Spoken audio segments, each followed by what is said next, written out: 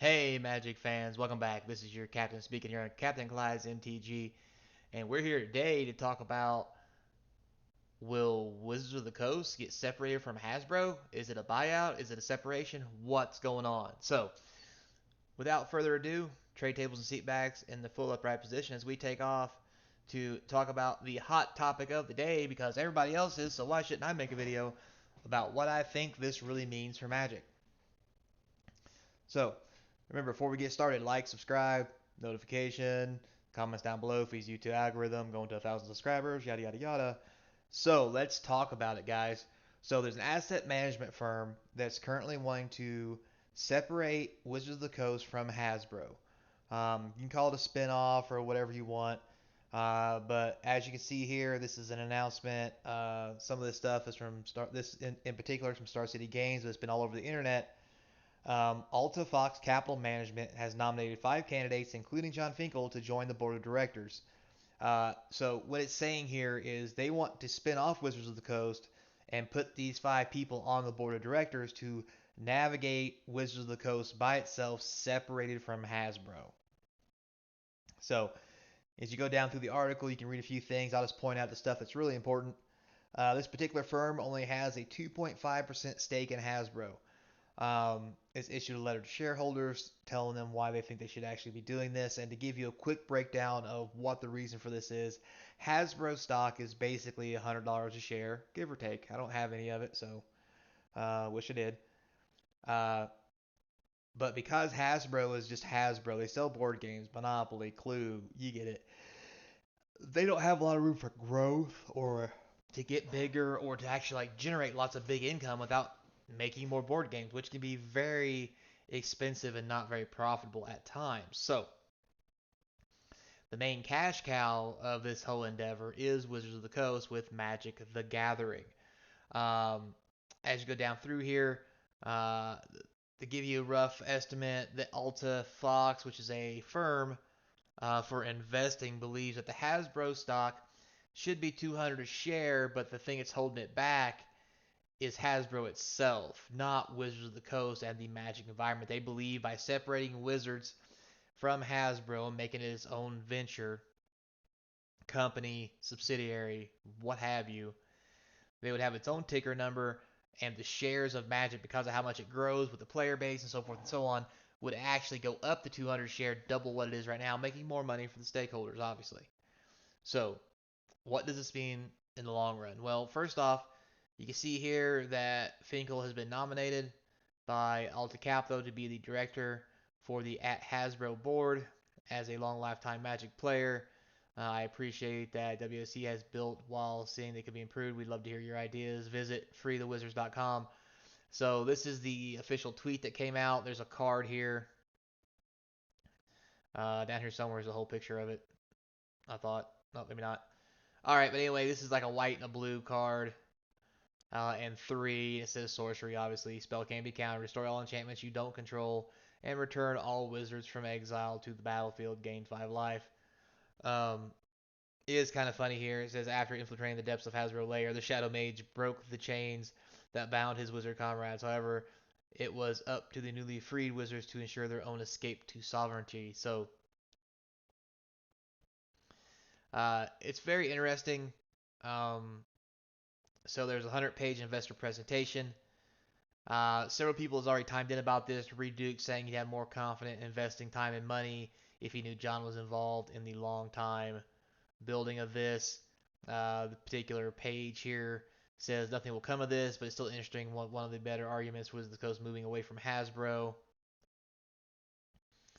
Uh, John on any board involved Magic the Gathering will be amazing. Also, Hasbro spinning off Wizards of the Coast is a really good idea. Hasbro's resources undoubtedly helped to grow it, but it seems to understand that Magic is now stalled because of it. And there's some other ones as we go through. So, like I mentioned, in particular here, Alta, the Fox company that has 2.5 stake in it. What does that really mean? So 2.5% stake in a company is probably not enough to get them to separate this entity like they want to. Now, with that said, is it possible? Yeah, it's always possible. Anything could happen. However, I feel this is very unlikely. For one of the main reasons, not only would let's say Wizards of the Coast stock is 200 a share. If it is what's propping up Hasbro stock, that means Hasbro stock would probably half or go down by 66%. So instead of having one stock at 100 and another one at 2, you're going to have one stock around 30 or 40 and the other one around 150, 170. So it's going to be 200, but it's going to be a combination of both, not just one, which would actually be an improvement, but at the same time could lead to very bad things for Hasbro as a net company without Wizards of the Coast just printing money for them, basically. Uh, and what does that mean if it does happen? So if it does, let's say it does happen. There's talk all over the internet about, oh, they're going to get rid of the reserve list. They're just going to print cards like crazy and yada, yada, yada. So I think one thing we got to realize, as I've done some homework on this, and the notion I'm agreeing with and leaning toward is to make Wizards of the Coast separate and make it a $200 a share stock. The people who used to play and the people who are playing need more confidence in the product. And what that means is they got to want and understand that they can buy without them doing reprints to the reserve list. So what's probably going to happen is they're probably going to expand the reserve list, add cards to it maybe to give those old cards value so people have money, tucked away in their closet and make them want to play again. Uh, Probably cash in on what Hasbro and Wizards is trying to do with the artificial stimulation of rare cards by making scarce cards that are only one every 100 boxes, one every 200 or whatever to also generate that. Um, that's just like the tip of the iceberg, right? But if like people are like, oh, they're gonna if you think about them reprinting Moxes and Lotuses and all that stuff, if let's say they do, the market's gonna crash, the cards aren't gonna be worth anything, and so therefore the stock's not gonna be worth anything. Therefore, separating Wizards from Hasbro, that would be a bad move. So, um, these investment firms, these people are very smart, probably smarter than the average individual, as much as people don't want to say that. And they're not going to do something that's going to bankrupt the company and upset the entire player base like that. That's just poor business planning. And I'm sure they've thought about that several times. And with that said, this may, if it does happen, may be a serious culture shift inside the business of Wizards on who gets to hang around and run things because this is a firm about making money, not about feelings. So if you've ever actually ran a business and worked with companies that care about making money, culture matters, but not the culture that affects your customer. The culture that matters is how the business is ran, how they treat their employees, and without politics. If you're picking up what I'm putting down, because on Twitter and Instagram, whatever, there's the cancel culture who wants to get rid of everything and everybody for because they don't like what someone says or whatever. The point may be your political view. They don't care. They want to make money. And if you're not on the bus is leaving without you. And I think it would be a nice shakeup of Wizards of the Coast if this was to happen. Just because if it's ran like a real business, it would be a better card game. And to get it to $200 a share, it's got to be ran like a real business. In other words, here's how we are. Appreciate your opinion. Thank you for helping so far. But if you can't get on the bus is leaving, and we'll find somebody else to get on the bus and take your seat. So I really believe that's what would happen. And then, of course, they're going to probably raise prices of packs, maybe reinvent the collector booster, set booster box style so they can raise prices of packs, create artificial scarcity, add some kind of weird bonus card. Something like that is in their mind and in the works. It has to be for them to make money off this. Now, once again, I don't own Hasbro stock, none of that good jazz, nor am I a financial advisor of any certified means. But if you own 2.5% of a company and the other 93.5% say no, pretty sure you're not going to get to do this.